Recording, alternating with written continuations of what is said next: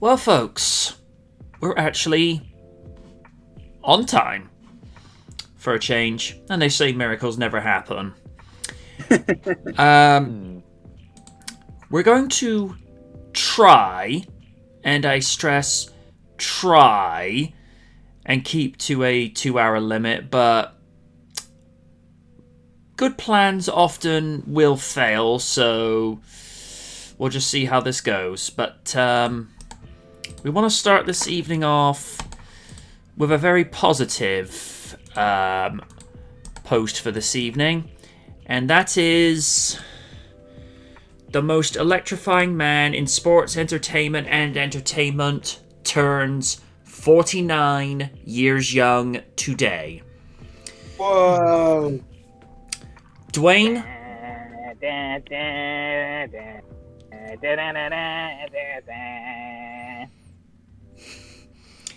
Dwayne "The Rock" Johnson turned 49 on Sunday, and wrestling fans flocked to Twitter to wish the People's Champion a happy birthday. Johnson celebrated the beginning of his birthday weekend with the news that the NBC series Young Rock has officially been renewed for a second season. I've been hearing good things about this. Yeah, it was pretty good. Johnson responded on Instagram by saying thank you and congrats to all our brilliant production partners and talented cast. Most of all, thank you to my number one boss, all of you and your families for bringing the largest audience in years for an NBC comedy. A huge mahalo for joining me on this wild and unbelievable journey. Season 2, here we come. And hello, Mr. Flex Kavanaugh. We've been expecting you. That was his original ring name. Check out some of the birthday wishes for Rock in the list below. Happy birthday to The Rock from the network. Thanks to Real McFoley and Yurple the Clown, we learned that The Rock's birthday is May 2nd and not September 27th from This Is Your Life from 99. Happy birthday, Rock. Thanks for helping us celebrate Triple H's 25th anniversary last year on the bump and making it more electrifying than we could ever imagine. Birthday wishes go out to the most electrifying man in all of entertainment from WWE's Twitter. Happy birthday to the most electrifying man in all of entertainment. Maybe it's time to revisit This Is Your Life. Please no. Please no. Although, I will say, probably the biggest highlight of that moment was Rock's girlfriend. Oh god. He goes, remember that night when you used to snuggle up on your rocks on the couch at your house? It's like she remembers, and you'd whisper, "Go for it, Rock. Go for second base." And what did you do? You cut the Rock off on second base. But The Rock's not the type of guy to hold a grudge. He sees you looking at The Rock, gawking at The Rock, wanting to go 1-on-1 with the Great Ron. And in front of all The Rock's fans, you want to serve up a big fat piece of that poontang pie? Oh dear. That was the first time that line was actually ever used. Oh god. Apparently, to this day, highest rated segment of Raw ever. Nothing's topped it. And apparently Vince McMahon was tearing the hairs off of his head because it was going way over time, because it was a 20-minute segment. It's almost about as long as when Big Show was bragging about his ironclad contract some 9 years ago. That went on for about 18 minutes. Here's one from Thea Trinidad. Happy birthday to one of the most amazing humans walking the earth and Mars, The Rock. Hope you get to feel all the light and love you spread to other people. Come back to you today, X10. Looking forward to the cake, and at Terramea Post, much love, DJ. Thea Trinidad. Isn't that supposed to be... Vega, yeah. Vega's real name. hang on. Selena Vega. Yeah, formerly known as Rosita from Impact. Ah. Okay. Ooh. Happy birthday to Intergalactic Sunsuke Star. That was when The Rock had a guest part on a Star Trek episode. I think it might have been Deep Space Nine. Here's one from the Three Amigos pod. Box office star, tequila connoisseur, the hardest worker in any room. Stone Cold would beg to differ with that. The most electrifying man in all of sports entertainment. A big happy birthday to the great one. And this last one I'm going to read out comes from Raphael Wilson, 10-time world champion, 9-time Slammy Award winner, 5-time tag team champion, 2-time Intercontinental Champion, 1-time Royal Rumble winner. Happy birthday to The Rock, one of the greatest of all time. The only 2 belts that elude him in that to have made him a Grand Slam champion would have been either the US or the European belt, but I think at this stage in his wrestling career, I don't think he really cares that much about it. Not really. All I'll say to add to the birthday greetings is arguably one of the biggest and one of the most popular pioneers during the Attitude Era. A guy who's been intertwined with many superstars, whether it be Chris Jericho, Chris Benoit with the feud they had over the summer for the WWF title, which Benoit got cheated out of it twice. The first time at Fully Loaded 2000, I get it. Second time, I thought the writers were pushing their luck with it. Great matches. Some of the best matches he's had is with Triple H, especially in that grueling ladder match at SummerSlam 98, which Triple H ended up winning, but then had to forfeit the title because he injured himself. It wasn't his quad, so he hadn't quite gnashed himself just yet. That wasn't until mid 2001 after. But arguably, the best matches he's ever had with anyone is Austin, because the two of them just made them push that little bit harder. As for the matches with Cena, we don't like to talk about them. Rock, I love you, but when your matches with Stone Cold still hold reservoirs of water versus the little buckets of water that you held with Cena, he's always Wasn't he out of breath at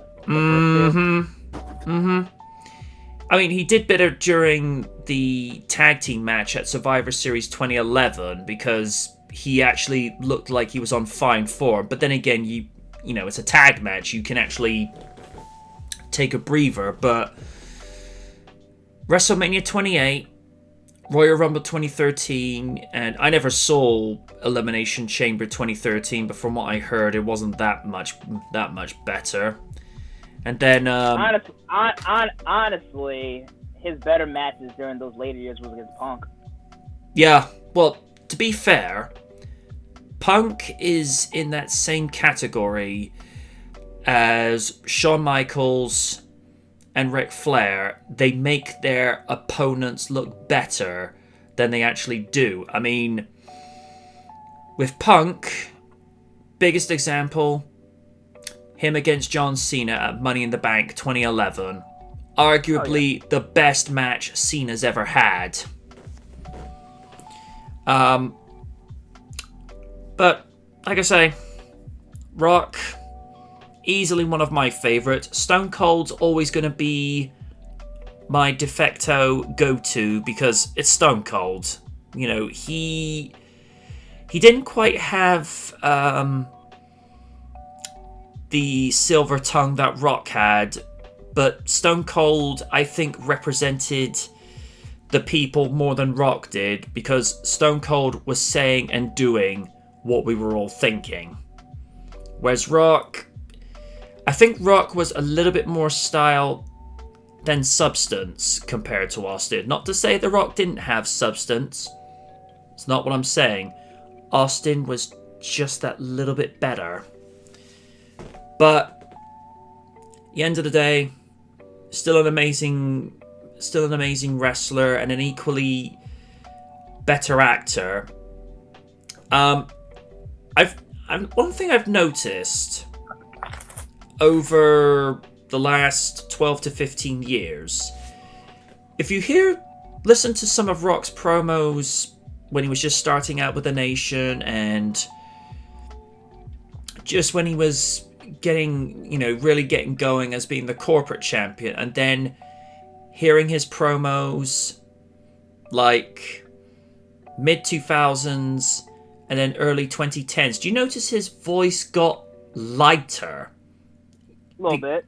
Because if you listen to him when he was WWF champion first time, he had a very, this very bland sort of speaking voice where it didn't really have any charm or charisma, and yet when you hear him cut his first promo on Booker T, it's almost like he's a lyrical wordsmith. He's able just to make it flow easier. I'm just wondering, maybe where he's gone to acting classes in Hollywood, maybe they found a better way for him to articulate his words. Oh yeah. And that was during that era when he was getting super big. I mean, ever since Scorpion came. And it was just happy that he came back after doing the Hollywood stuff, because, listen, say what you will about the Invasion arc, but it was still good TV. Well, I should stop talking because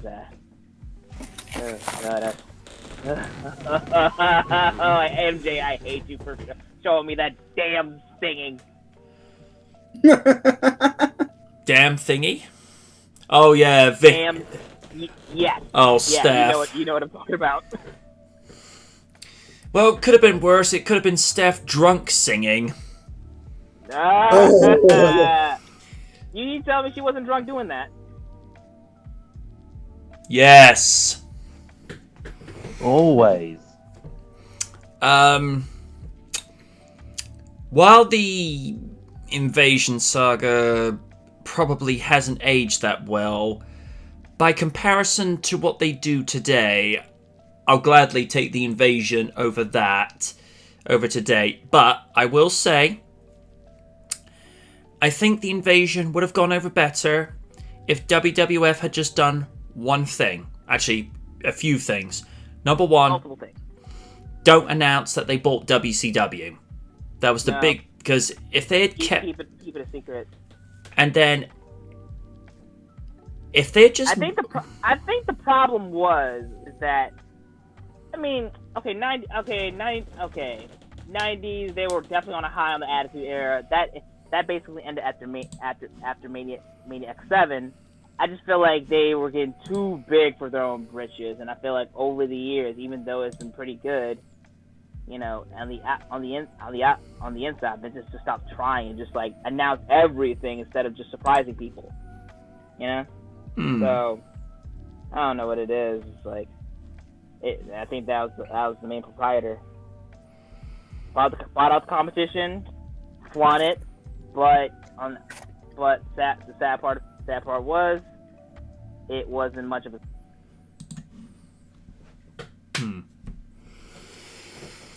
I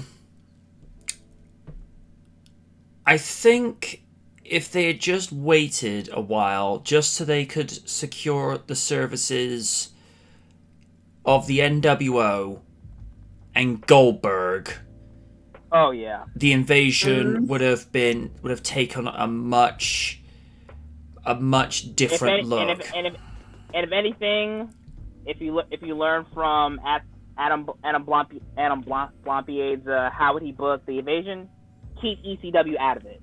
Like Yes. seriously, the whole thing was about WCW and WWF at the time. Like that was the main thing.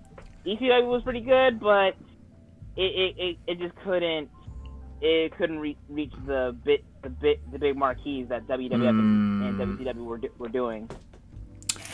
And even though WCW at the time was just fucking seriously, like when you put Vince Russo part of booking and Kevin Nash, or just have the whole wrestlers be the booking team, you know you done fucked up.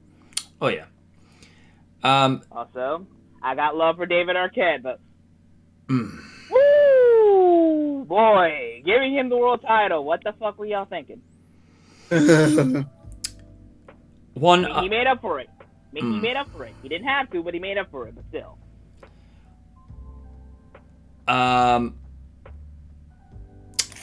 The other thing I would have done with the whole invasion saga, and I think we can all agree on this: do not turn Austin heel.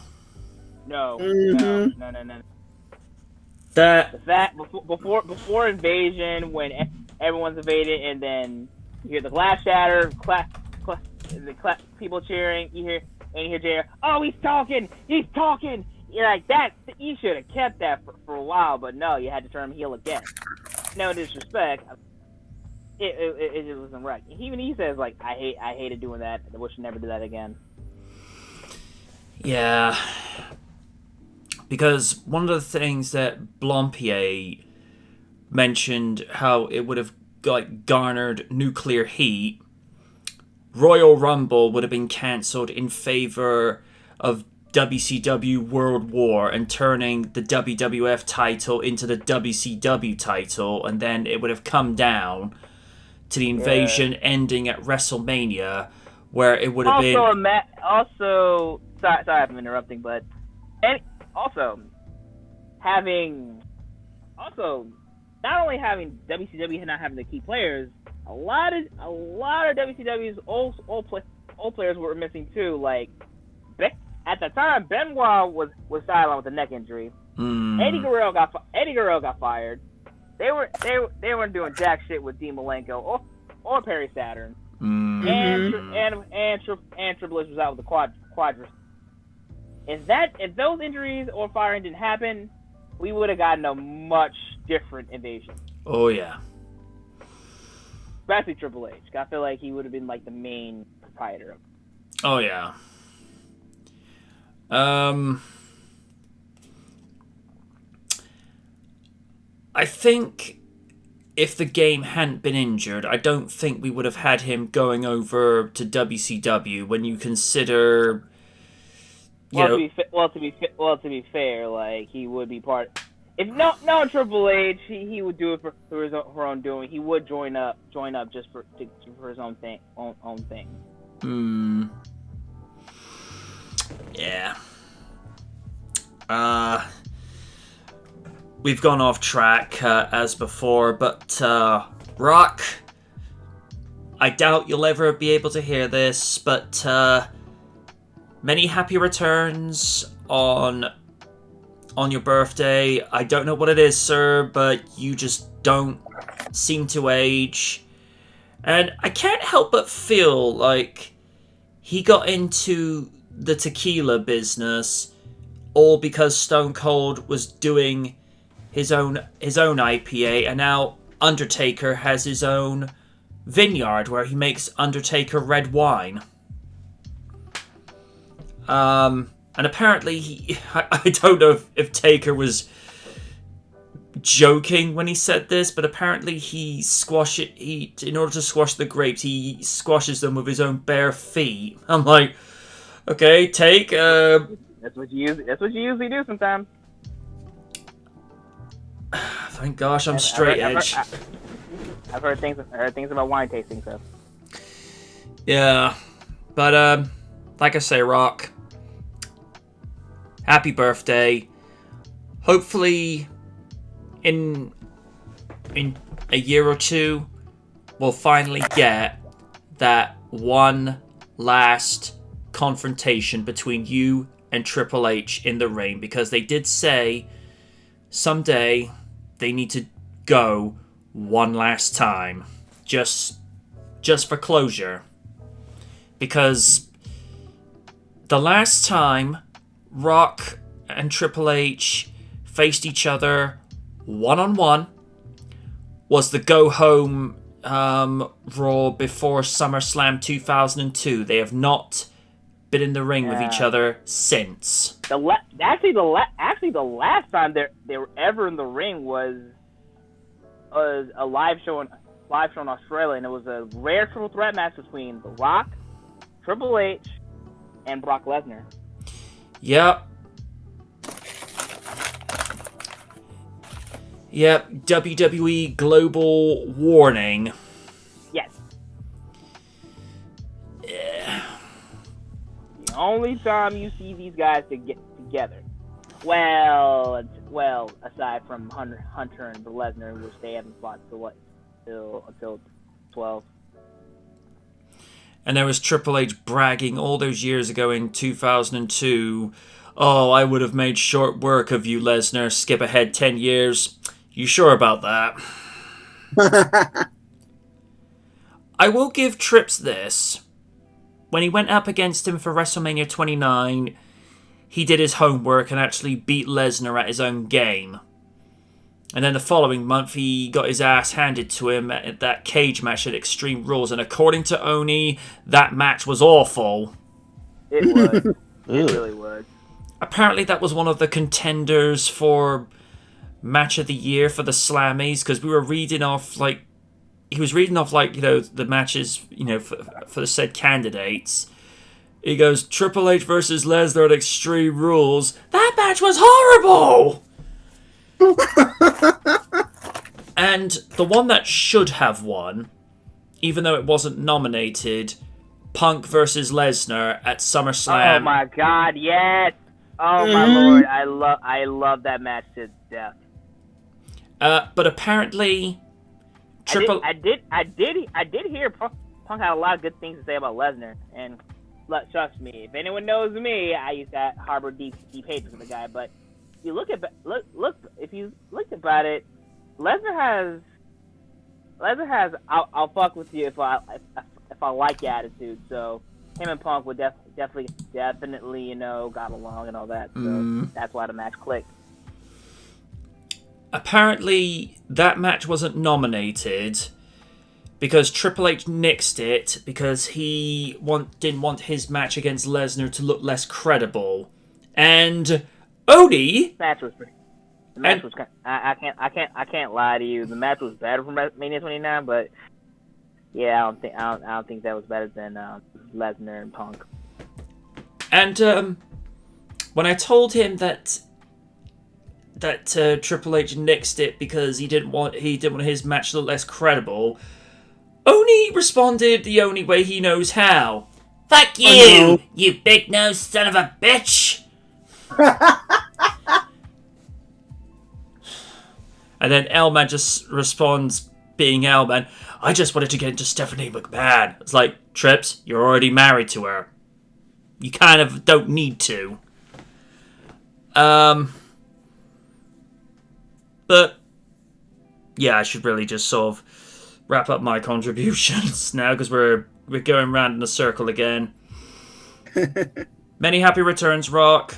Hope we get that one last match between you and Triple H, and this may be selfish on my part, but one more reign. One more reign as WWE Champion, even if it's just for a month. Just to say that you got one more. Lids, anything you'd like to say for the fact that the Great One is 49 years young today? I'm just gonna say on him. It's like happy birthday, and you enjoy plenty of other birthdays to come, and just like the fact that he's accomplished so much with his career, not just in wrestling, but also in the entertainment field alone. It's like good on him. It's like no one like far, he and John Cena are neck and neck as to who's the better actor turned wrestler at this point. So it's like, we'll see what happens. It's like, all in all, happy birthday to The Rock, and many happy tidings and all that. I can't really say anything about that. Well, we can say one thing indefinitely about Rock's movies. They're going to be remembered in such a better light than most of the Hulkster's movies. Although I will say Suburban Commando is a guilty pleasure of mine. Because I actually prefer Mr. Nanny, but still. And then there was also the Secret Agent Club. I have never heard of that one. He poses as a toy shop worker when he's really a secret agent undercover. Huh. Hulk Hogan undercover. Yeah, I know. Yeah. And then there was the other one, Three Ninjas on Mountaintop High. I knew the Mega Mountain. Yeah. Oh yeah, I knew that Mega Mountain. I remember that one. Three ninjas. High noon at Mega Mountain. Trust me, I remember that. Dave Dragon. Yeah. Trust me, I've rented that. And apparently none of the original cast came back for that, which disappointed a few people. Aside from Victor Wong. Oh, the grandfather. Huh. Yep. Mm-hmm. The original's still brilliant. Yeah. It's like, you know, I think Nostalgia Critic was reading off saying it was meant to be like Home Alone meets the Ninja Turtles. It definitely had that Ninja Turtle vibe to it. But, I don't know. I don't know if I necessarily got the Home Alone vibe. I mean, in places, like... It kind of was. It just... I don't know. It was what it was. And to be fair, it was a kid's movie, so I guess you can understand that. Well, the reason I'm partial to the first one is because Mother actually won that in a magazine competition years ago, where, you know, we just got it through the mail. She goes, "Oh, I won it for you two boys," and I'm like, "Oh, that's nice." Mom was like that.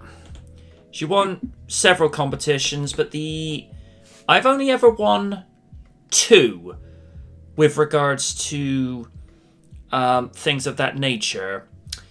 When Silvervision were still making WWE DVDs, I actually won a copy of the Monday Night Wars DVD. Absolutely amazing documentary. And this one goes back a bit further. I think it was February, March 1995. I used to do like all these phone-in competitions on, this will be prevalent to Stephen, when teletext used to be a thing. Yes. I won a copy of Sonic and Knuckles. Ooh.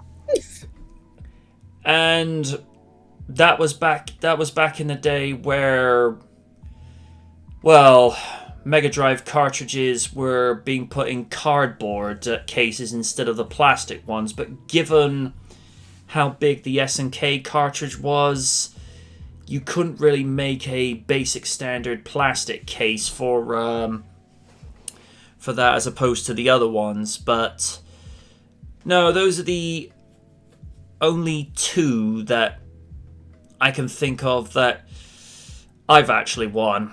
I try to go in for the lottery on a regular basis, but with the lottery, that's always a difficult mountain to climb.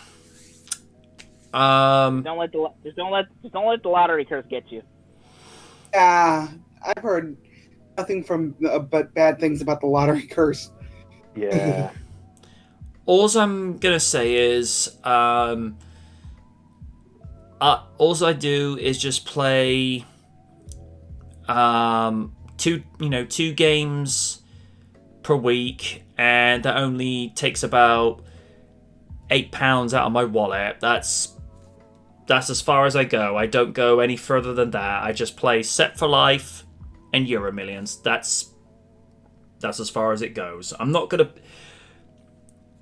If I ever do get that kind of money, first of all, I'm not gonna do the stupid thing and advertise in the press. Oh, hey, I won 110 million. All of a sudden, hey, dude, best buddy, and I'm like, fuck off. Yeah. Hey, hi, who are you? Yes, yeah. Especially if you win the lotto, just keep it a secret. If I save the bank. Don't let it. Don't let anyone know. Especially if you have a heavy fat back. Also, don't quit your job. No, don't do that. No. Just keep that. Just the way I see it is, just keep that illusion that you're still, working for your goals, and then in the inside, like, I can still buy what I want, but don't know that. My way that I would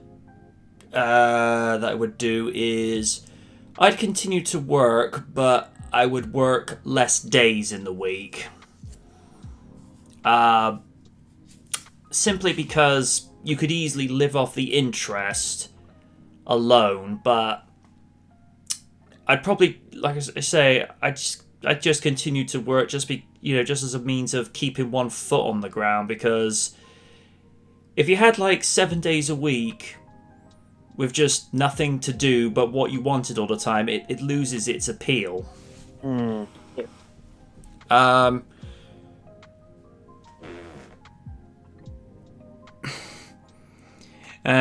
Sean goes, phone, this is Her Majesty's, royal government or something like that. Oh dear. Phone scams. Yeah, let's just put it this way. If a number pops up on my phone and I don't recognize it, I ain't picking it up. Yep. Oni's got a lot of scam calls, and he likes to mess with them on occasion when he just doesn't want to answer the phone. It's like, oh, fuck you. My brother, I think it was me and my brother did this once, where somebody was trying to telemarket scam us. Hello, I am here to offer you this. It's like, hello, I'm here to offer you the good word. Do-do. Oh no. Oh god, no. Screw with them. It's like, make it amusing.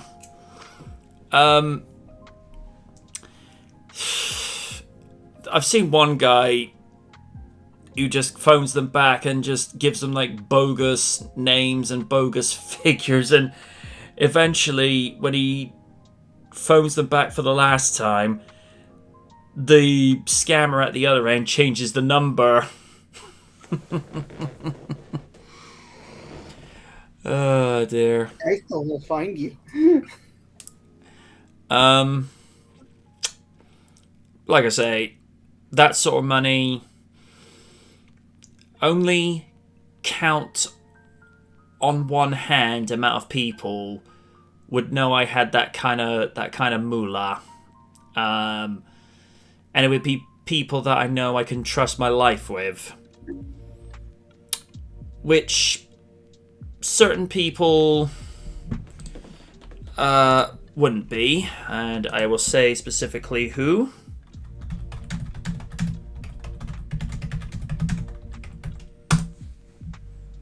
Because blabbermouths. Mm-hmm.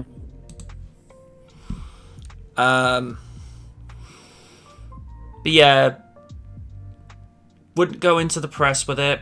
Just stay very quiet, and I'd only buy the expensive toys when you move into a neighborhood where they've already got all that.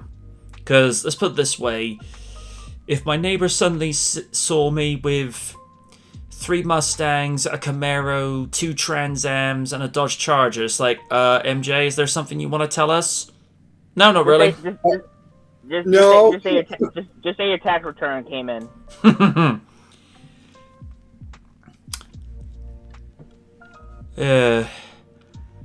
Just fuck with them and say, I robbed a bank. One thing I would do for you guys, I'd actually all get you penthouse apartments within the same block as each other. Oh, that's nice. Yeah. Although Liz would probably look at me and goes, MJ, why did you get only hunting equipment? Hey, Liz, I'm going to test out my four-wheeler. And you're like, oh, God. No. He was like, we are not doing this. No, especially considering that in the game Yakuza, one of the games that he was playing, there was a segment where we were hunting, and I was kind of done with that. Yeah. That was Yakuza 5, right? It was Yakuza 5. I'm out here in the deep south, and I'm hunting raccoons. Like, Oni, stop being Steve Irwin. Yeah. Like, where did you even get that outfit? Yeah. Bit grisly, if you ask me. The one time we can make that joke and not have to pay bits. Whereas Raiden would be squealing as soon as he goes into his penthouse apartment. He's got his own little mini dojo in one room. Yes. Whereas Wynn walks into hers and she's got her own little mini digital art studio. Aww. Kaiju just walks in and he's got furniture that resembles downtown Tokyo. He's just like, it'd be like, I feel weird.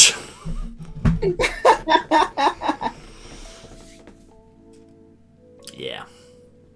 But no, I look after fam, because, you know, you all looked after me. So.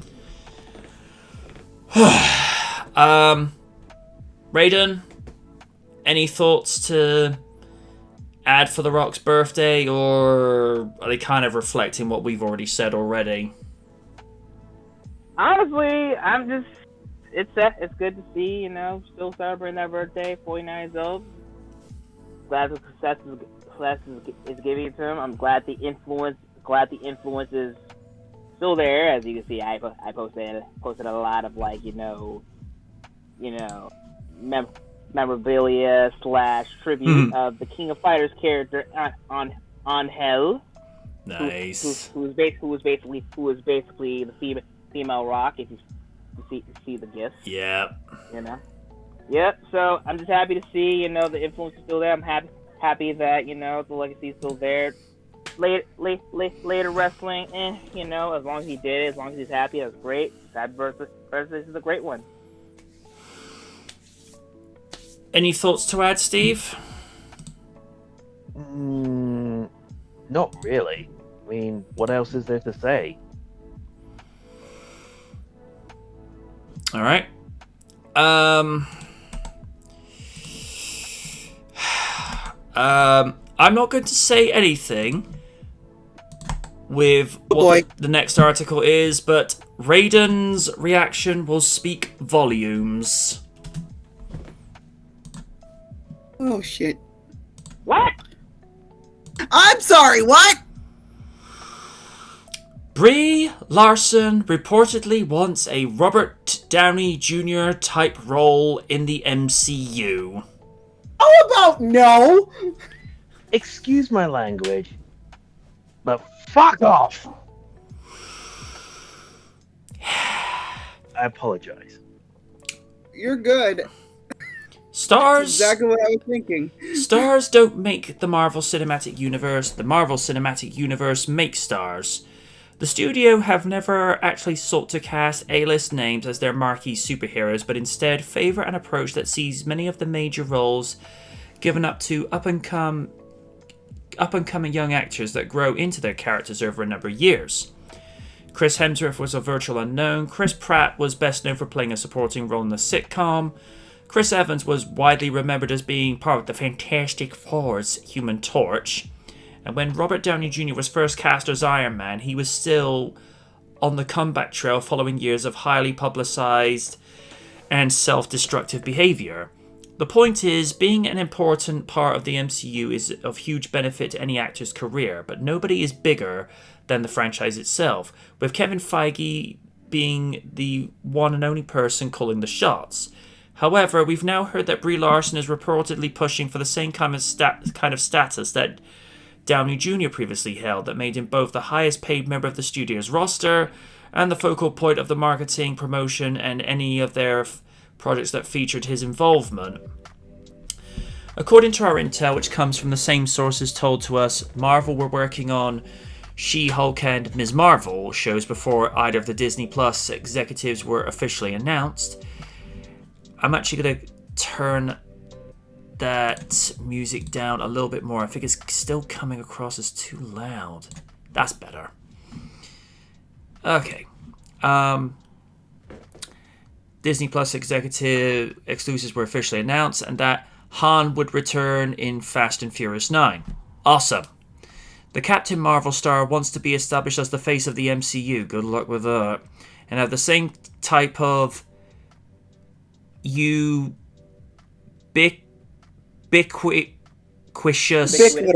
thank you, presence that RDJ enjoyed during his decade as Tony Stark.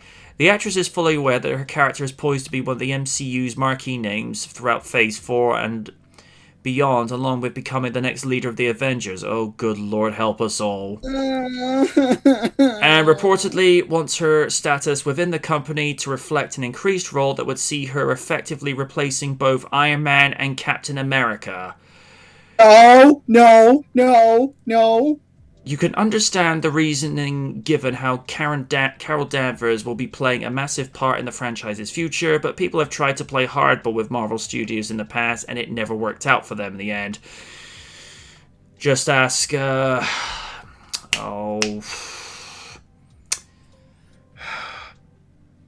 on the tip of my tongue. The first roadie. Terrence Howard. Terrence Howard. Yeah, just ask him.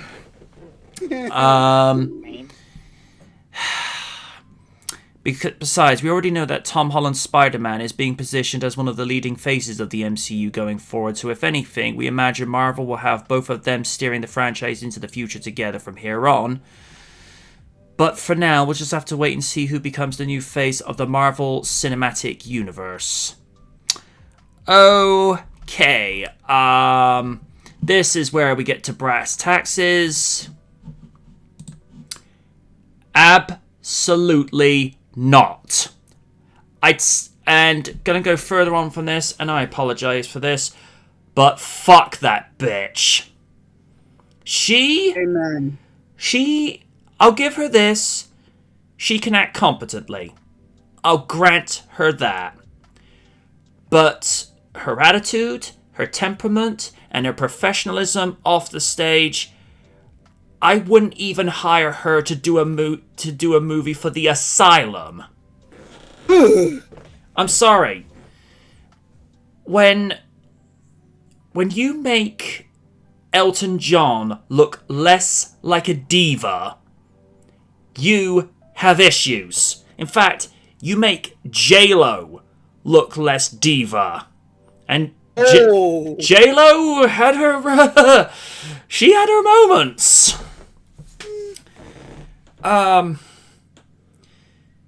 Brie Larson, to borrow a page from my fave girl, Winda Rogue, fuck you and fuck the white horse you rode in on. You are not worth the time. Get out. Madam President, I hand you your weapon of choice. You may do with her as you wish.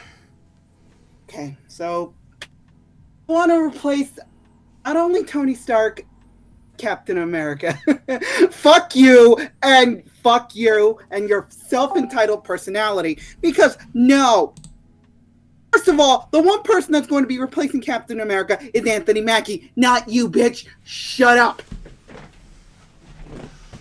Oh, and second of all, you want to talk about how you are worthy of that title. No, you are fucking not. Tony Stark, or a.k.a. Robert Downey Jr., put work for the last almost 15 years the character.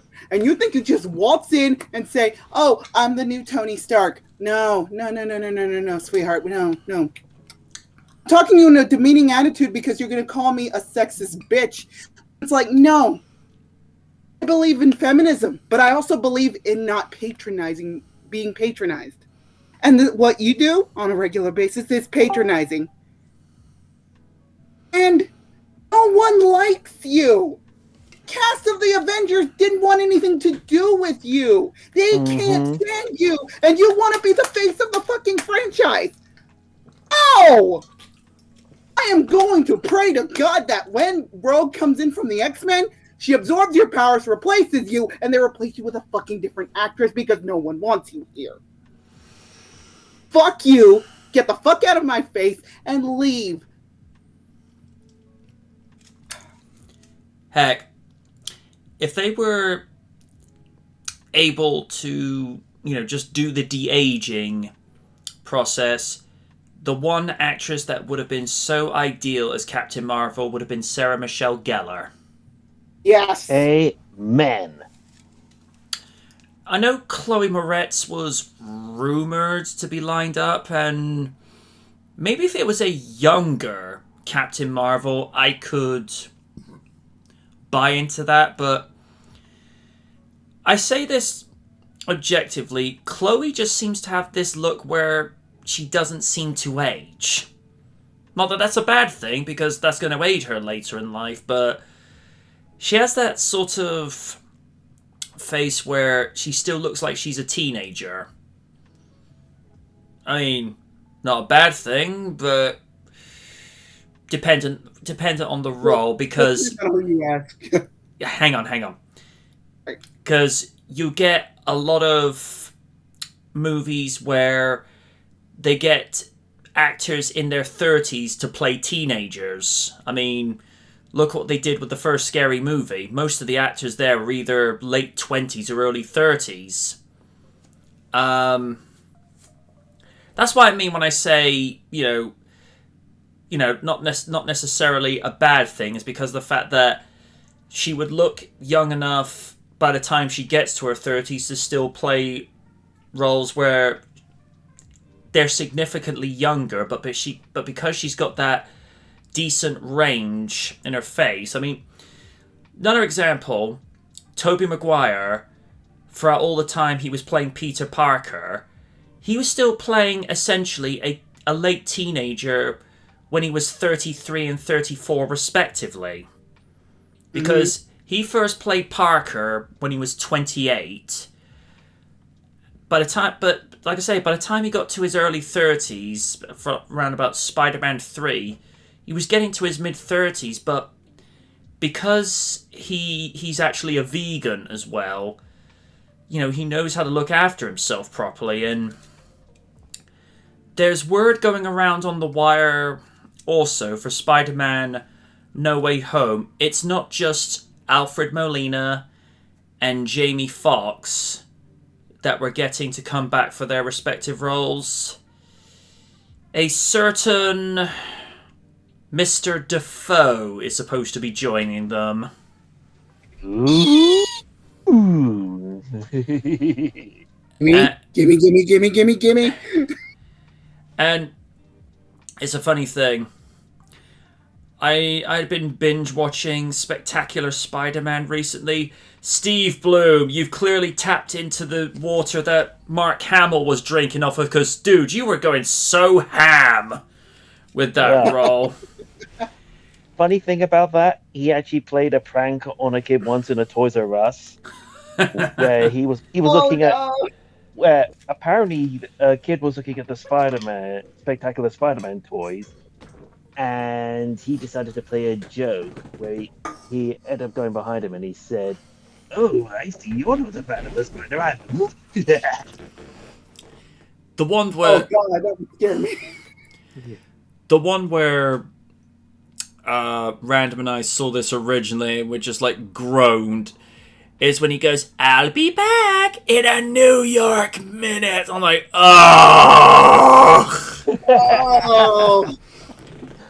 And I thought some of the lines that, Maguire would say as one-liners in his movies were bad, but I look hearing them, I'm like, oh, that is bad. The other major highlight I like for that series is Crispin Freeman getting mainstream work finally. Very, very underrated voice actor in the mainstream world, but in the anime world, he's seen as one of the voice acting gods. Yep. As Hellsing, and one that Win and I are most partial with, Zelgadis Greywords. Trust me, you ever see season 2 of Slayers in Next, he's the lovable eternal grouch. You know, you just love to see him, you know, go off on one. But yeah, Brie Larson, you're an okay actress, and we discovered you were a teeny beeny bopper with, you know, that one really bad music video from years ago. I'm sorry. You will never fill Iron Man's suit, because you can't even walk a mile in that tech suit, and you certainly don't match up to the character that Chris Evans and Steve Rogers had as Captain America. No, you're not worth it.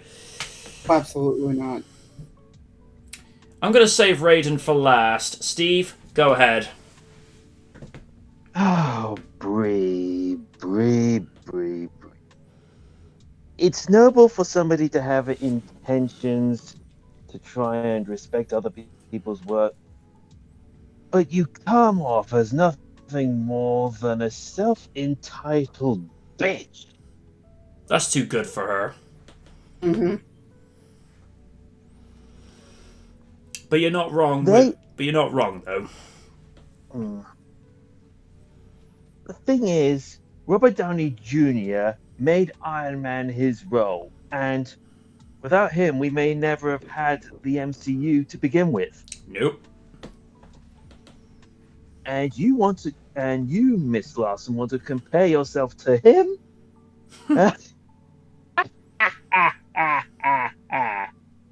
Since when did you start drifting on Cloud 9? More like she was smoking Cloud 9. No.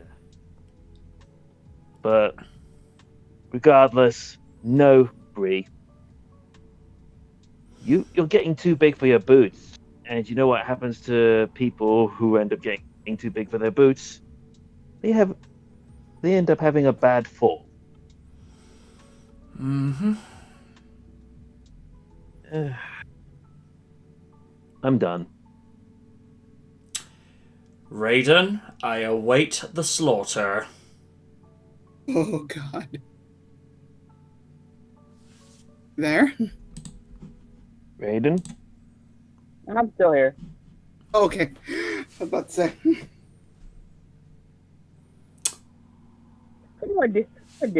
Can do me a huge favor and post this for me so people can hear what I gotta say. Oh boy. Oh, no. Here we go. Hang on. The old classic.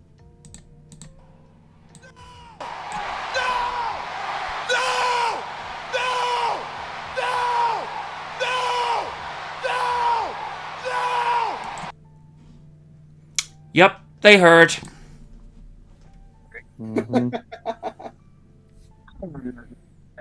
I ain't got time for basic bitches, Mulligan. A basic bitch? Wow. Yeah. Ooh.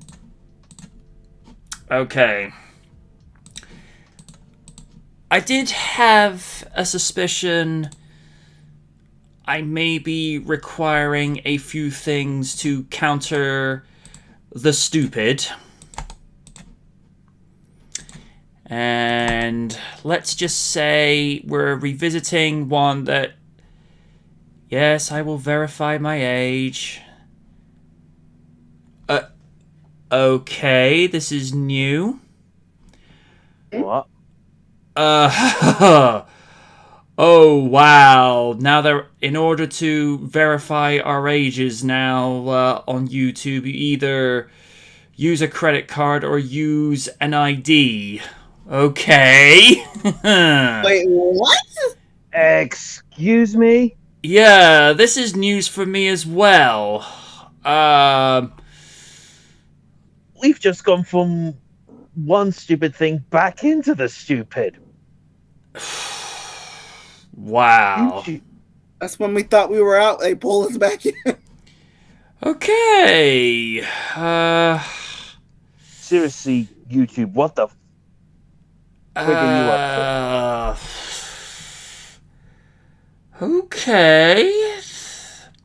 I wasn't expecting that.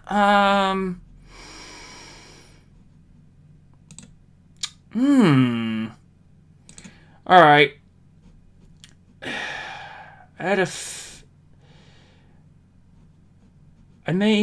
gonna...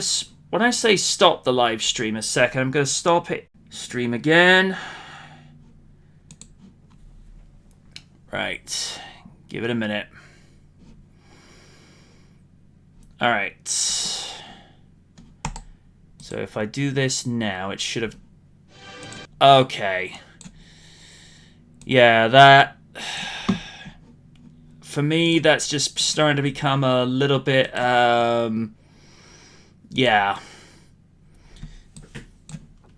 Alright. Okay. Like I say, I've taken the... taken the age verification off of it because... Yeah. It's just dumb. Well... Seriously, YouTube. Right. Why you gotta do this? I don't know, but... Fuck you, because fuck you, that's why. Oh, Well... same as always. Anyway, I'm at 0. I'm at 0. Yep, me too. Raiden. Raiden. And Are you there? uh-oh. Really is going to be one of those evenings today, ain't it? We Yep. start on time and everything goes off the rails.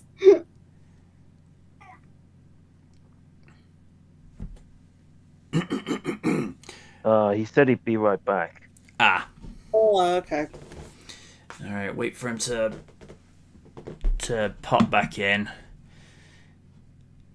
Yeah. Like I say, that I got nothing. Yeah, YouTube being YouTube. What else should we expect? I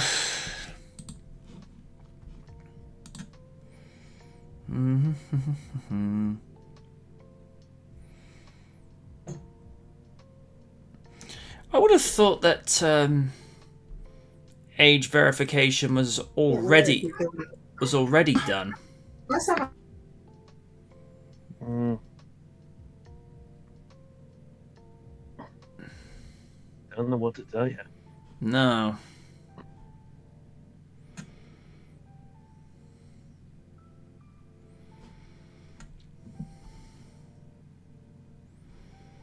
All right. Okay.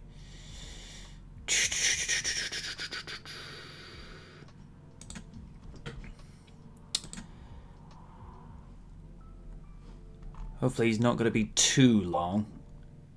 Lids is back. Raiden. No, he's not back yet. Boy.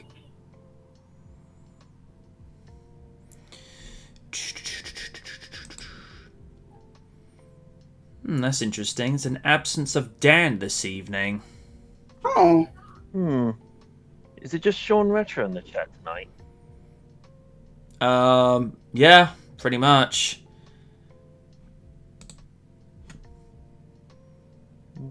Raiden. Dun-dun.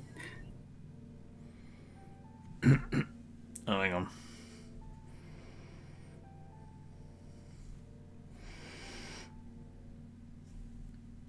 SKL control to Major Raiden.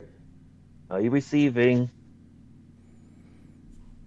Raiden, Tatiana Ali's here in a two-piece. Huh? Okay. Well, I didn't get it. Oh dear.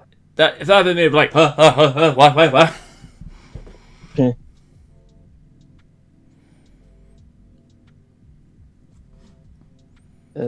And then we'll end up starting to watch it, and then he suddenly appears. See, this is like always half the problem whenever we wait for kaiju, and then just as the video's like 3 to 4 minutes in, it's just like, hey guys, damn it. Like in the Christmas one. Mm-hmm.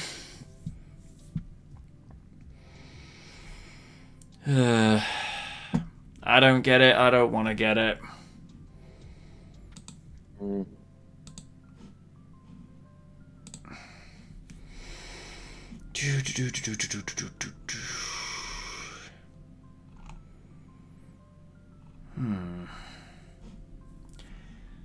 Unless he's being called over to like help with dinner or something. I don't know.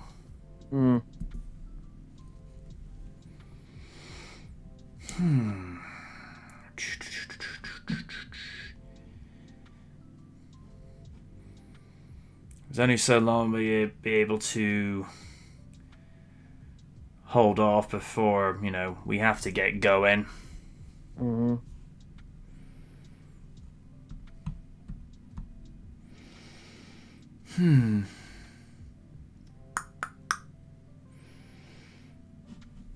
Also heard that later this month, TF Nation will be doing an online event where they'll be interviewing Tanya Gennady from Transformers Prime.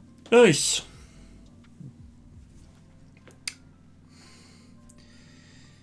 I think also, aren't they working on this? Aren't they now starting to work on the sequel for Bumblebee? I believe so, and there's because I believe Paramount are filming at the moment.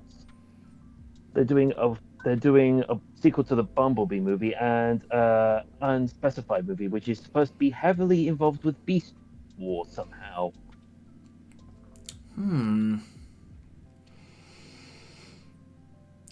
All I ask with the cast for Beast Wars, you bring in the original voice actors.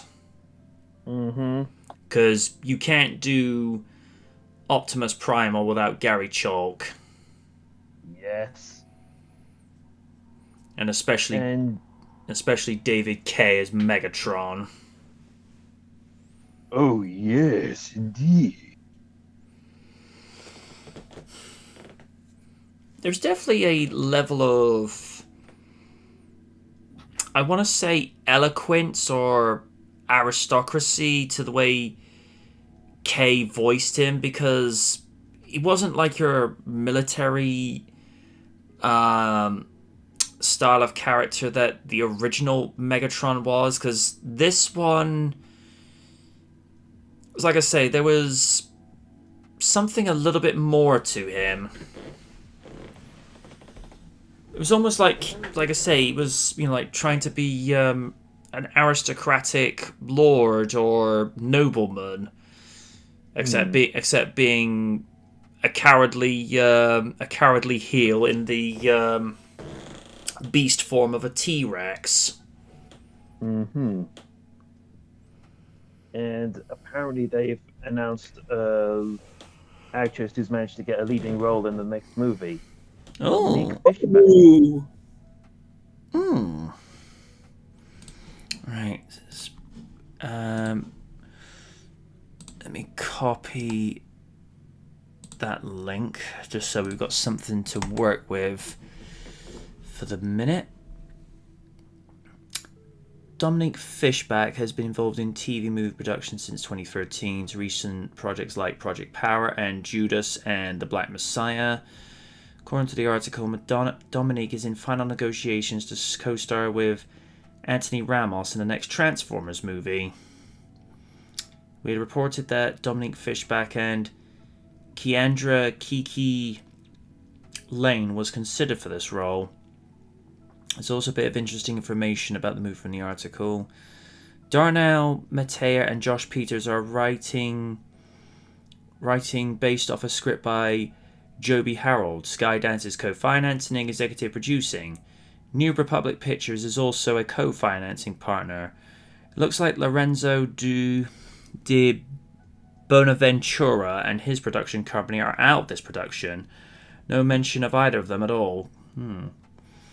Well, that's interesting.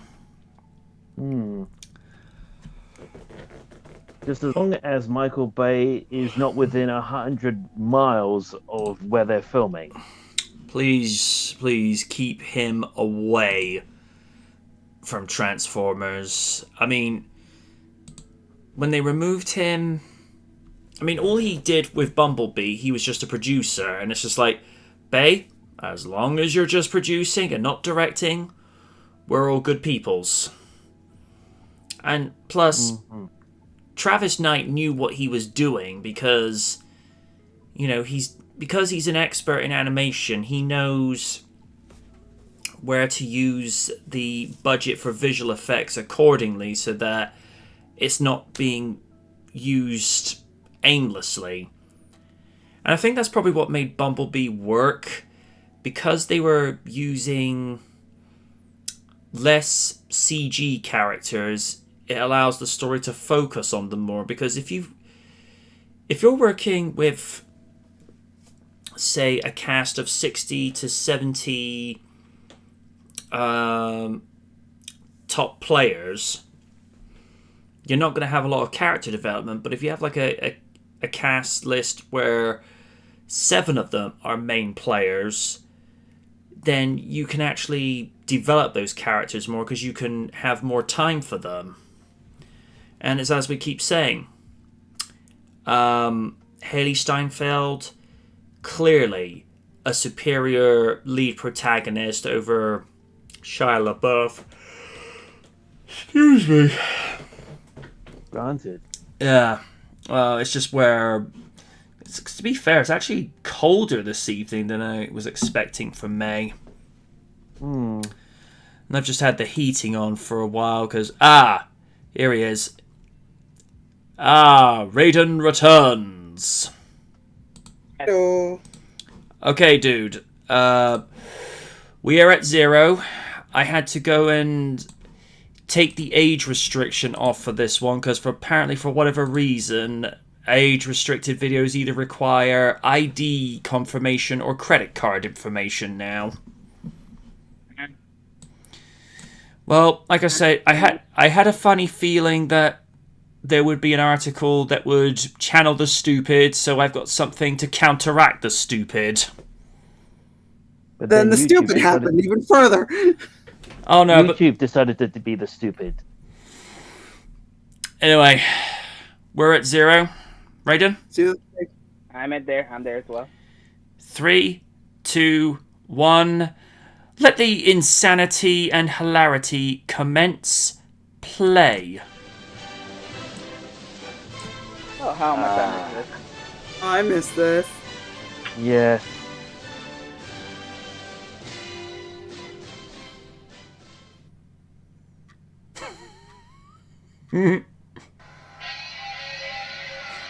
Well, here comes the pain.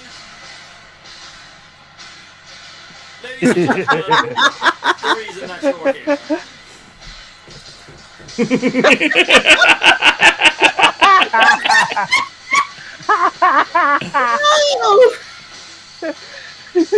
Oh my god!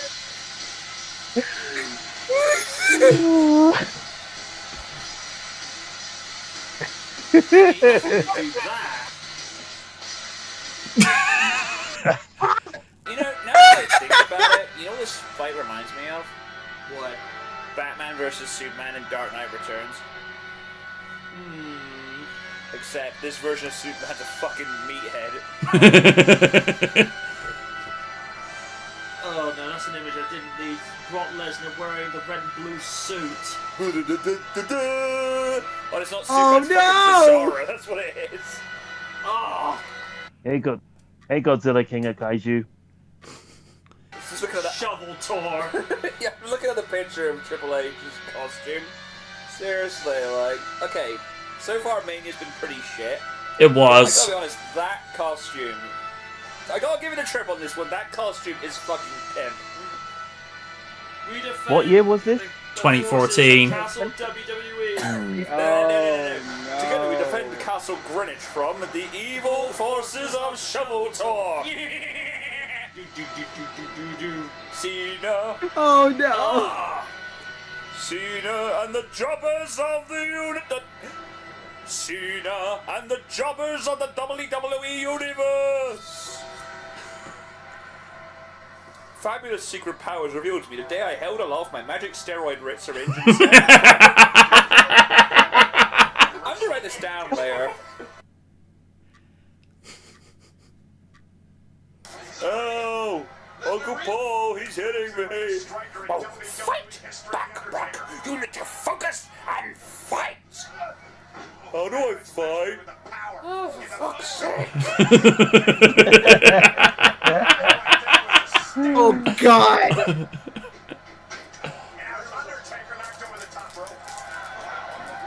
Under turkey bacon! Under turkey bacon! Yeah! You got it, kid! That's that. Cody raises a good point. How come Cena didn't have an entrance this year? Being like they're finally just getting tired of Cena now. Look at that. Soon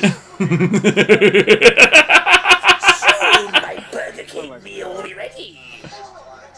Did you get me a kid's meal, Uncle Paul? What the fuck? Rock? Yes, Uncle Paul. As your manager and the vocal representative of your client, I have advised you that you will not get any meals until you defeat The Undertaker. Will I get a kid's meal? We have discussed this in writing that I, Paul Heyman, the master of the universe, will get you a Wendy's if you beat The Undertaker. Uncle Paul, can we get McDonald's? Only if you're good. Fuck. Oh. His face! Brock. Kick his ass, Brock. Kick his ass, Seabass. Okay. Come here. I'm gonna go. Hit him again. Take him down. Take him down. Take him down. You son of a bitch. Oh, wrong character. What? Damn it. I Mr. McMahon. Damn it. You son of a bitch.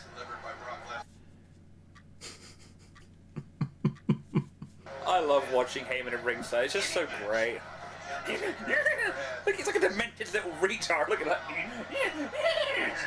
It's like a bold beaver. Oh! Stay on him. You stay on him. You son of a... Oh no.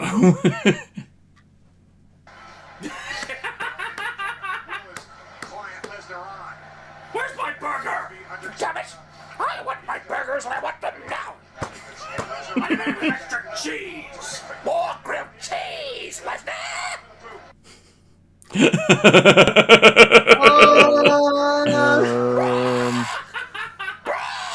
And so right next to him, John Hammond appears and goes, Grant! Grant! Grant! Oh my God! Oh no. Yes, finish him! Down, circle, upwards, uppercut, you son of a bitch! Probably getting that wrong. Is that from Street Fighter 2? Oh my God! No, Brock, no. That's Mortal Kombat. No, bro, no. That's not this. Hey, but he suddenly evolved into a person. No,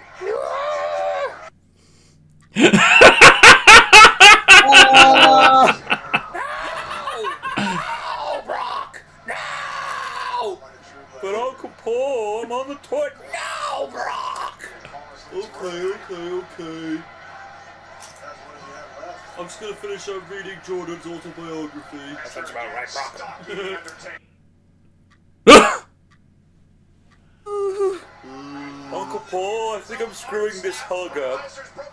You see, Brock, the art of hugging is a very simple procedure that I, Paul Heyman, leader of S.H.I.E.L.D., have written down in my spare time. Paul Heyman, director of S.H.I.E.L.D. Hulk Lesnar! So, Oh my god. Ruffalo would morph from Bruce Banner into Brock Lesnar. Zack Ryder morphs into Brock Lesnar. Ugh! Razors. Yeah. Oh no. I know what's coming. It just gets animated. Oh, you okay, Uncle Paul? Sorry, Brock, I have ants in my pants. Get out of my pants! I am Paul Heyman! There's ants in my pants. There we go. I need a paycheck for my book. I need Lesnar for my extreme hole. Oh my god. Oh. Brock. I don't want to go in there. Oh, silence, Brock. I am Paul. Oh my god. The Brock Lesnar! Picture a chicken doing that. Brock Lesnar! God. No. Oh, wait, wrong voice, shit. Hey, Uncle Paul, I'm a ventriloquist. Brock, why are you talking? We talked about this and I said no. Now, Brock, sweetie, Yes, Uncle Paul. what did I tell you? Brock is not allowed to talk. Very good, Brock. And what are you doing? Very good, Brock. What did I tell you, Brock? Make sure I wipe the toilet seat before you use it. Yes, Brock, besides that, and the extremes of the universe. I turn into the mighty Terrorison. No, mother, leave me alone. No. And I pour him. Watch this. Never to put on your mother's dress before you use it.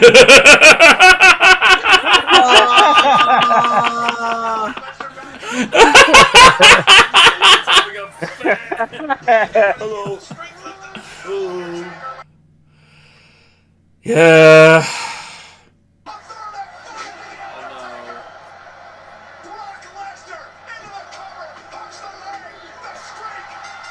What? Uh-oh.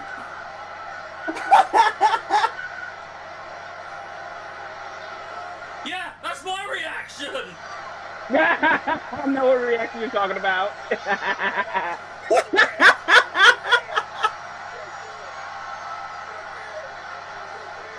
Yeah. The most single mistake they ever made. What? Words? Does this mean we go out for Wendy's now? Yes, Brock, yes. So I'm just kind of, yeah. Go to Wendy's. I'll get you a chili For cup. once, I'm actually stuck without a punchline. Blimey. We all were. Look, Blitz.tv. Yeah. Little did they know, Undertaker still wrestled. Like I say, he's got nothing to be And ashamed he of. never That's retires really, ever Tough again. mood, doesn't it? Indeed. Raise a glass. Thank you, Taker. That's not the only time you'll say that. We didn't know this in 2014. The only man to Oh, beat you'll Hulk know. Hogan twice for the WWE title. Yeah. He deserves that. Standing ovation. Was he retired now? I don't know.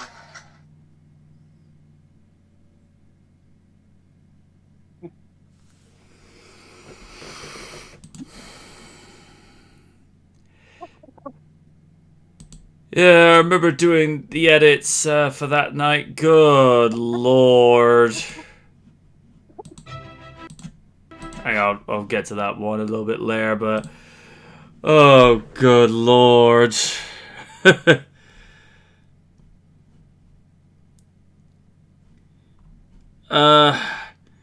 They weren't removed from YouTube, Prez. What it is YouTube. I think they've introduced a new method of age verification now, so it's really difficult to find them. Yeah, well, to be fair, the only reason they're up on the reaction and review channel, which I go and maintain from time to time, is because I know how my brother feels about YouTube, but he doesn't take any of the other videos off of his channel, because even though he doesn't make videos anymore, he's left that for other people to watch at their leisure, because he knows that, there's still people that appreciate what he did for all those years, and I'm just making sure that, the legacy of his version of reaction and review stays on, because I think it's worth preserving. He feels very differently about it, and that's fine.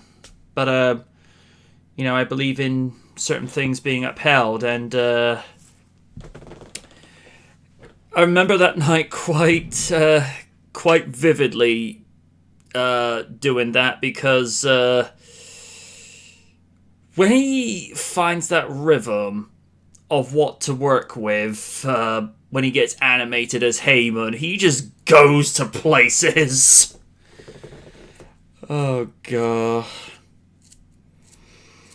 And like I say, we needed a cure for the stupid after Brie saying she wants to succeed RDJ as the face of the MCU.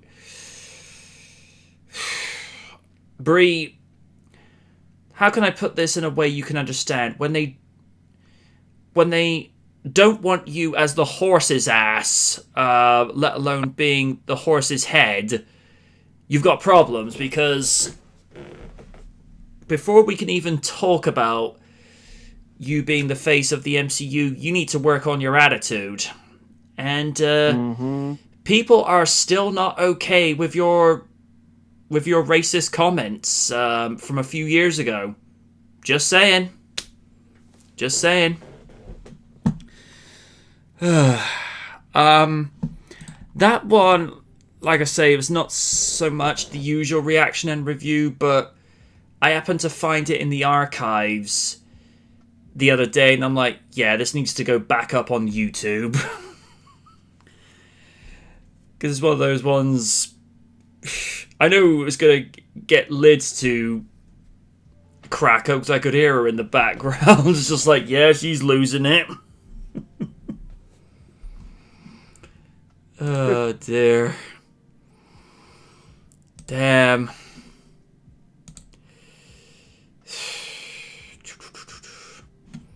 Yeah, the video quality is a little bit better on that one, because I think with that one, that's where I was using my HD camcorder, whereas ones before, we were just using the standard definition camcorder I had about 12 years ago. But, you work with what you have at the time, and I think that was the last reaction and review he did for any pay-per-view, because I think Taker losing, that's where he just said, no, that's it, this is where I get off.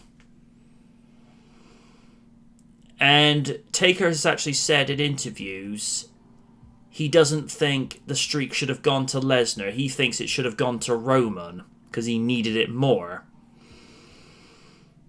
I would argue, I agree with the sentiment, it should have gone to somebody who was more up and coming. But I would argue the streak should never have ended. Because, that's part of his legacy. I don't know.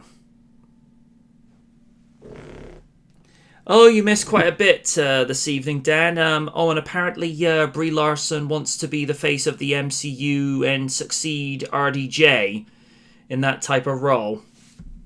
Maybe in the Dark Universe. Yeah, in a dark universe where... Let me see. Where... Oni has married Hulk Hogan in drag.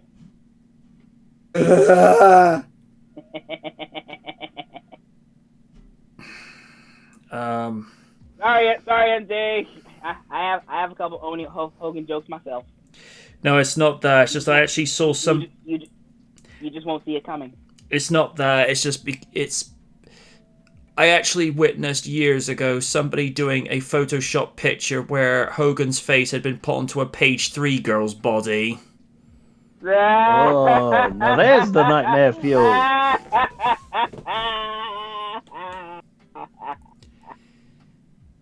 The only difference is, between hers and him is that her tits were likely to be real.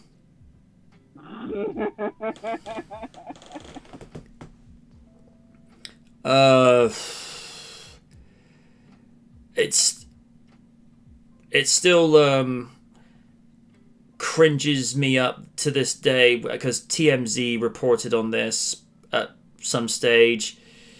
They were reporting... I don't know why they had to go reporting on this. They were talking about how with one holiday photo they saw Hogan rubbing in suntan lotion into Brooke's back. Okie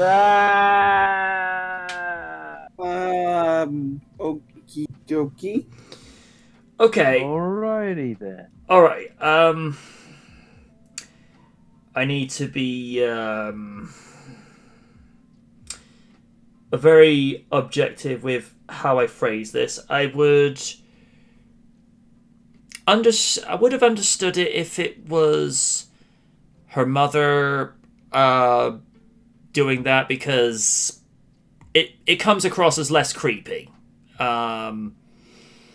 But the way that Hogan was applying it, and from what I could see in some photos, he was eyeing her legs up a little bit. It's like, okay, it's one thing if you're appreciating your daughter's beauty in like a platonic way where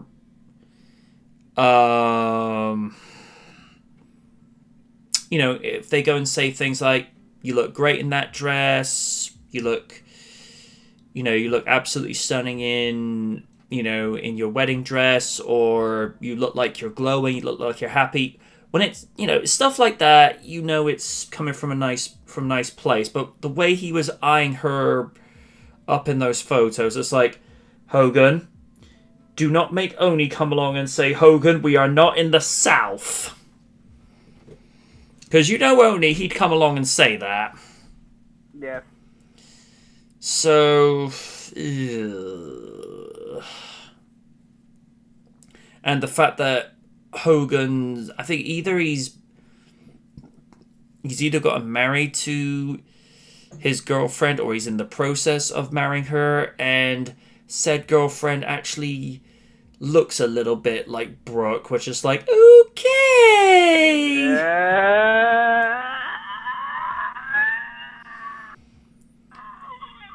No. If it's a thing where kind of reminds me of that Family Guy episode when Chris is dating this girl that looks like Lois. Oh no. I was really looking forward to those chocolate fingers later. They don't remind me of Family Guy. Yeesh. Okay, all right.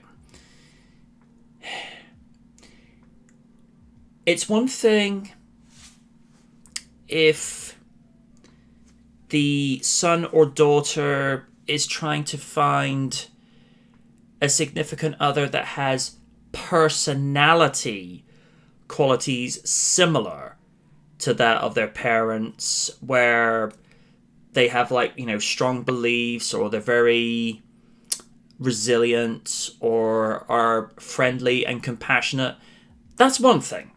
Because, you know, that's the sort of thing you encourage. I mean,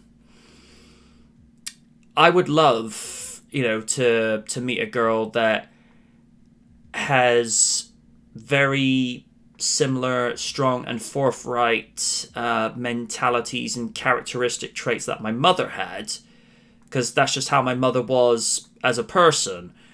But I would never go actively out of my way to find a girl to go out with that looked like my mother, because no, that would screw with my head. It'd be like, no,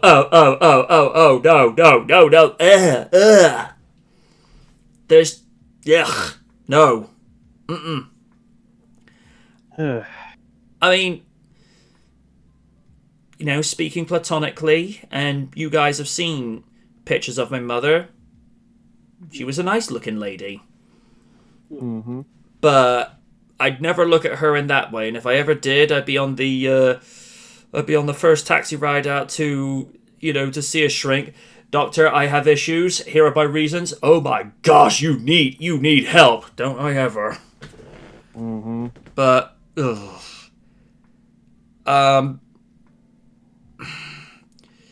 Let's just put it this way. Let us all just be grateful that Hogan was in that aforementioned tape that we shall not mention by name, with someone else's wife and no one else. And of course there was that other YouTube video where apparently Hogan was not keeping everything covered up. According to Oni, he was in some Def Jam rap star video where... Hang on. Oh dear.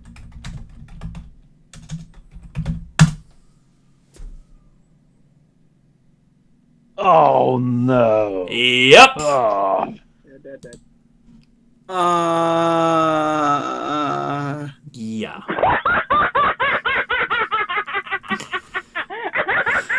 Thank you. Now I have nightmare fuel for my evening sleep.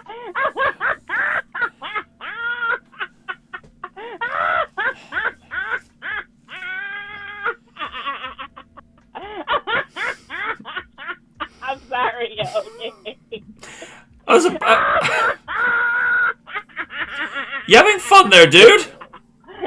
Just don't laugh yourself to death, Raiden. Oh dear God. Oh dear God.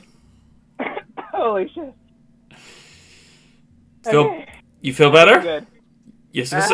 Okay. Put that out of your system. Prez is going, Raiden, are you alright there, bro? Dan's saying, did you hear about WWE partnering with Crunchyroll to possibly working on a WWE anime? No. No thanks. I already have Tiger Mask W. Thank you. I don't need something from a sellout company like Crunchyroll. Yeah. Seriously, is this trying to be? Is WWE trying to do some like Gotham High type stuff? Because this is exactly what it sounds like. We don't talk about that. We don't talk about that story.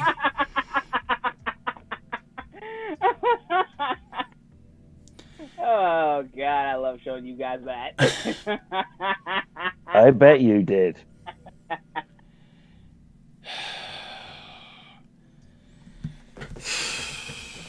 All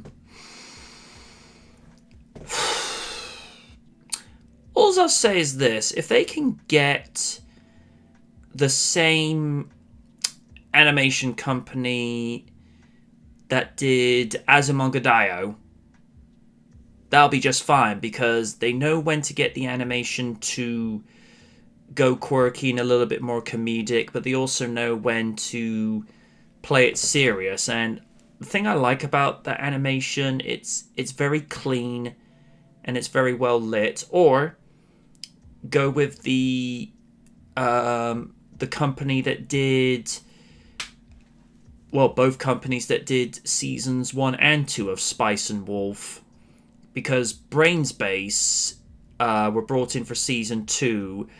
They were asked to match the animation style that they had done in the first season, because I think it was Kadokawa Films that did the first season, and because they wanted it renewed, and people to this day are still salty that we never got a third season, because it really felt like the story was going somewhere, and everyone loves the pairing of Lawrence and Holo. And Holo's just an adorable character. For a pagan character that's been around for the better part of 6 centuries, and all she wants is a companion. But she ends up giving up Lawrence at some stage because she knows she's going to outlive him. But he's just like, you know what? I don't care. You're the one I want. I don't know. Dan says he'd like to see Madhouse or David Production do a WWE. Madhouse would be interesting because they're the ones that did Batman Beyond Return of the Joker. Ooh. So that would be intriguing. I don't think you'd need to do the company that does Dragon Ball Z, because I think Madhouse or Kadokawa would be more than ample. Dan says, I think a good WWE anime would be some of the most iconic feuds in WWE's history, but retold through a shonen anime filter. I'd see that. Well, I can think of 3 that would be ideal. Austin and Rock 1 from Mania 15. Shawn Michaels versus Triple H from 2002 at SummerSlam, because that match was amazing. 3rd, CM Punk versus John Cena at Money in the Bank. That would be amazing. Don't retell Rock versus Cena through anime. Please no. Please no. And especially don't retell the Divas, Revolution, because that thing lit up and burnt out so quick. Also, speaking of divas or, the female competitors now, is it just me, or is the women's scene on Raw now just boring? Yeah. I've heard. And I say this in the nicest way possible.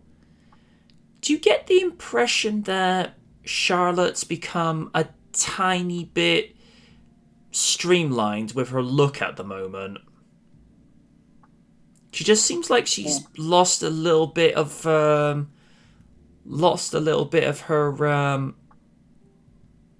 her ring figure physique, whatever you choose to call it, because she doesn't seem to be packing. Well, the way that she had trained, she was never going for the sort of look that Beth Phoenix or Chyna had, but she had some muscle to her, whereas now it looks like she's slimmed down a little. Yeah, I think this is something that Oni and I've had conversations about, where it's like we feel she may or may not have body dysmorphia, where it's like she has to look perfect, or I don't know, it's just something seems off about that. She has to change her look every 5 minutes, where it's like, honey, there might be something wrong there. I mean, I'm all for looking after yourself and, changing certain aspects of your routine, your diet, and your training every once in a while, just so that you're staying in shape, but you're working with it rather than working against it. It's in a similar way how Undertaker kept up with the younger superstars by switching to, a slight UFC regiment when he was the American Badass, because he was still a striker, but he was adopting a few submission holds in places, especially with Hell's Gate. I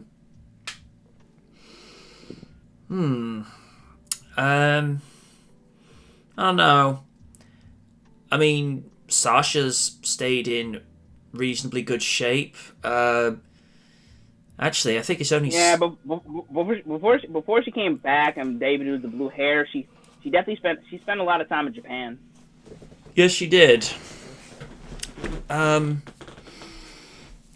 I don't think other than Tamina and Naomi, there's not really that many left over from when the Divas Revolution started in the summer of 2015, because Becky's, enjoying her first year of motherhood. Like I say, Naomi's drifted away into the mid-card. Tamina, I've never known a time where she wasn't in the mid-card. Paige is retired. That's a real shame with Paige, because there was so much more potential that could have been had, but it is what it is. Although she did say when she heard of Bryan returning to the ring after a couple of years out, she said it did give her hope that one day perhaps maybe she could return. And for her sake, I hope she does, because there was so much more for her to do. And I think she was probably the most pushed British female superstar, probably more so than Layla. I mean, I like Layla, but she was never pushed the way Paige was.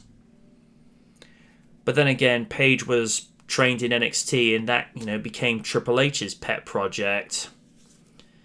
So they know what they were doing down there. Although I noticed someone put this meme picture up after they saw Paige doing certain things with the NXT women's title in leaked videos and pictures online.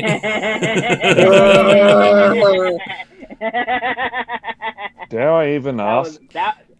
You're better off not knowing. If you're curious. All I will say, Stephen, is it was a great St. Patrick's Day back then. That's all you got. That's all it is. Oh my God! When those came out, I'm like, oh my Lord! I'm shocked, but I can't look away. And Xavier Woods, you lucky son of a bitch. And Brad Maddox. Oh. I'm glad you brought Brad Maddox up, because hearing the guy's reaction when we were doing like the third anniversary for RDR, where Oni said we're gonna gate crash the G2 crew. Prez goes like, whoop, Paige and AJ are lesbians, whoop, popping out over to TNA, whoop, and I go, actually, Paige is going out with Brad Maddox, and everyone's like, what? And Oni's like, how did that bland, boring son of a bitch get that hot piece of ass? And there we go. And then Elman chimes in, well, let me just stand on my chair here. Everyone's favorite superstar is now with Brad Maddox. You may now cry. Delightful. And during all that all that crazy things, like New Day had a lot of meme material with Kofi and Biggie just looking at Xavier in the middle, like. Yeah, because they brought that up during that rap battle on the 4th of July episode of SmackDown in 2017, where the Usos told Xavier to keep it PG and not rated R, and they were looking at Wood specifically. Oh dear, but okay, again, Woods, you lucky son of a bitch. Oh my god. And Paige, how you doing? Mm-hmm. It's an interesting thing. Some people may or may not know. Paige's mother actually found out she was pregnant with her while she was still competing. Yeah. And the crazy thing is, before the pandemic started, her mom still wrestles to this day. Yeah. Well, you know, in that family, wrestling's in their blood. Yeah. Never did see, the biopic of Paige's story, which, was produced by... I saw a little bit of it. It was okay. It's just the continuity was just. They were filming and they did not change. They didn't change a damn thing. There was a lot of continuity issues like that. Like Selena Vega was AJ and she was wearing different gear. She was kind of sort of wearing her own gear and not AJ's classic gear with the Chuck Taylors and the shirt. It was like it was weird. And also, we all know that infamous one where The Rock was in there, and he called CM Punk. Yeah, and people up back are like going, no. But thing is, Rock wasn't under contract with WWE, so he could say and do whatever the fuck he wanted. I mean, technically, he could have, just gone and dance in the ring going, Chris Benoit, Chris Benoit, Chris Benoit. Oh my god. He could if he wanted to. And because that was around the time Hogan was bad, he got to go, Hogan is the hero. Hogan's come to save the day. And then Odie hears about it and is just like smacking his head against the desk. No Rock, bad Rock, bad Rock, bad Rock. Here, Odie, here's some whiskey. Okay, I'll drink this instead.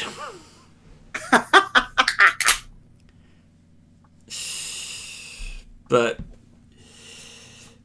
maybe I'll check that out. Is that movie on Netflix? I don't think so. I may check that out a little bit later. Probably after I, get done watching Spectacular Spider-Man again. I'm like with Win on this. That show was cancelled way too soon. Mm-hmm. Yeah, that's when Disney was running rampant when they bought Marvel. Yeah, and instead we got given Ultimate Spider-Man. That show sucked. Yeah. Well, the early seasons sucked. Oh god, the early seasons were awful. The later seasons got better, especially when they introduced the Spider-Verse. Spider-Ham, Spider-Man Noir, Spider-Man 2099, Miles Morales Spider-Man, which was voiced by Childish Gambino. And that was the first time when Miles Morales was on the cartoon. Petra Parker, and they had who was the J. Jonah Jameson? J.K. Simmons. Oh, that was Johanna Jameson or something to that effect, and yeah, J.K. Simmons voiced him. He even voiced JJ in Earth's Mightiest Heroes as well. Yep. Yeah. Mhm.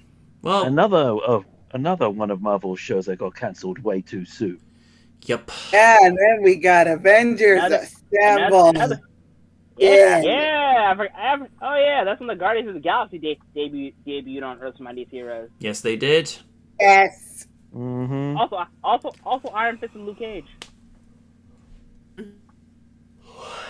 And then we got given, after Ultimate Spider-Man, we had Marvel Spider-Man, which from what I heard was even worse.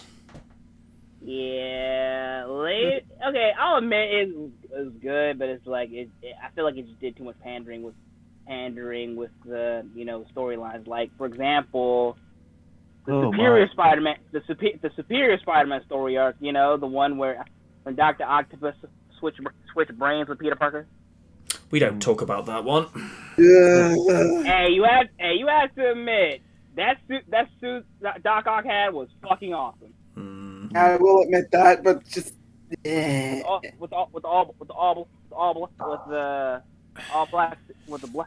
black streaks. Hold on, let me find it. Apologies, guys. I just had police forces walk by the flat.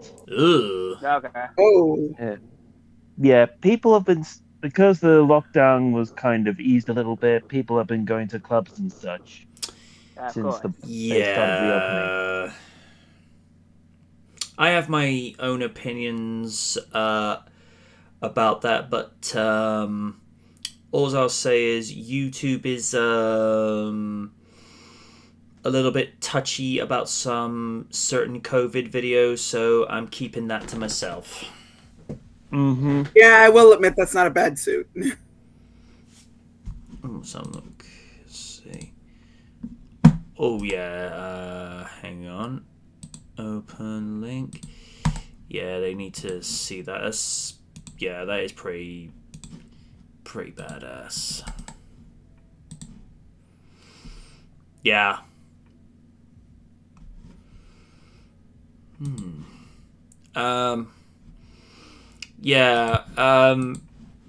Parker and Otto Octavia swapping bodies. That's like Elman and Oni switching places.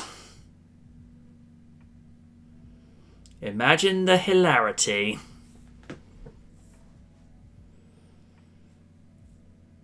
Okay, I thought that would draw a little bit more of a response, but never mind.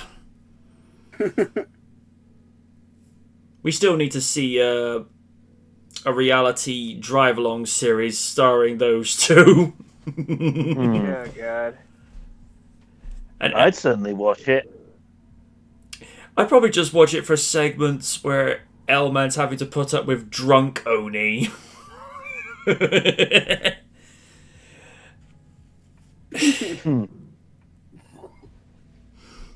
think we had enough drunk only during one of the Yakuza streams.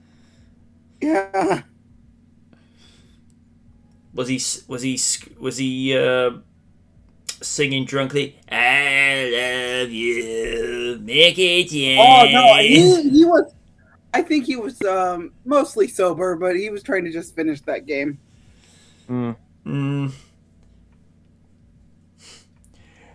I'd love to see, purely just for the entertainment value, I'd love to see him on his Twitch page playing Hulk Hogan's main event. Oh. Oh, Lord. Raiden and me are like sat there with popcorn. Oh, this gonna get good. And there's Lids at the other end going, honey, why? They'd be like, honey, why? I lost a bet. Yes, you did. You can't not make a bet. Oh, seriously, he has that issue, that problem. He can't help making a bet, which is why he ended up playing Five Nights at Freddy's.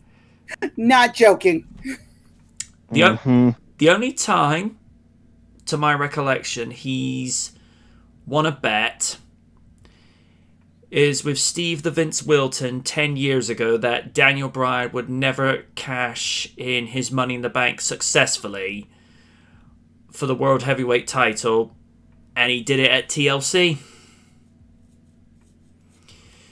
Then again, so much for him cashing in at WrestleMania. But then again, Seth Rollins went and did that for WrestleMania 31, and to me, I didn't even know you could do that, because I thought the idea of Money in the Bank was cash in when the champion is downed after the match is finished. It didn't know it actually said you can cash in on them whilst the match is going on.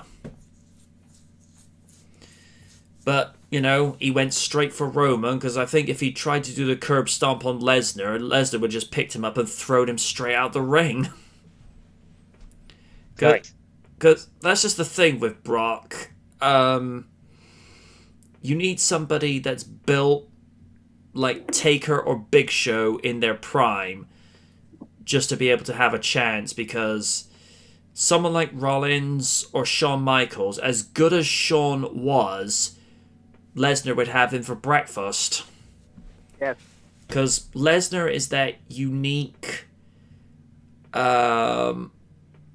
type of athlete where he has the strength, but he's also got the pace. And that's something you don't see very often. Personally, I think his attitude stinks, saying, "Oh, I'm only going to show up X amount of times of the year."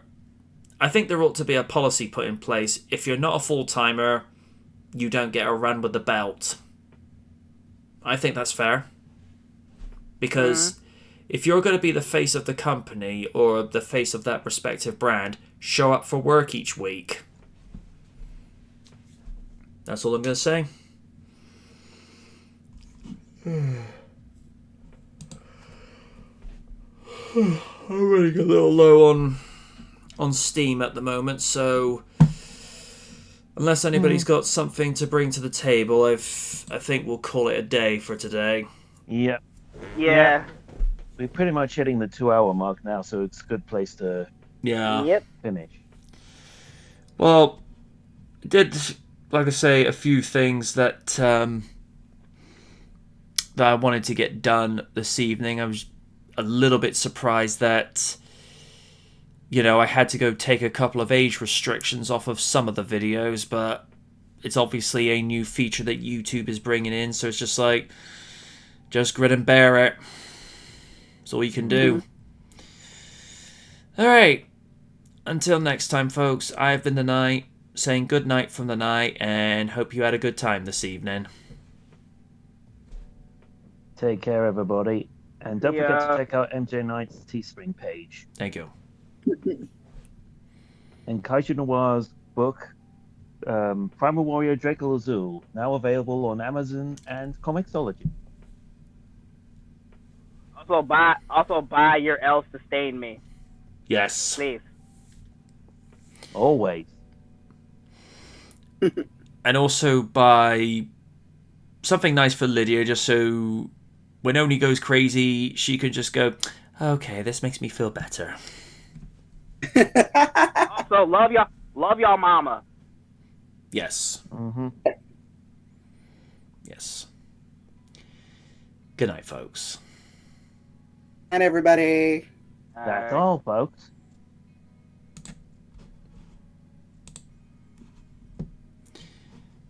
Okay, we're off the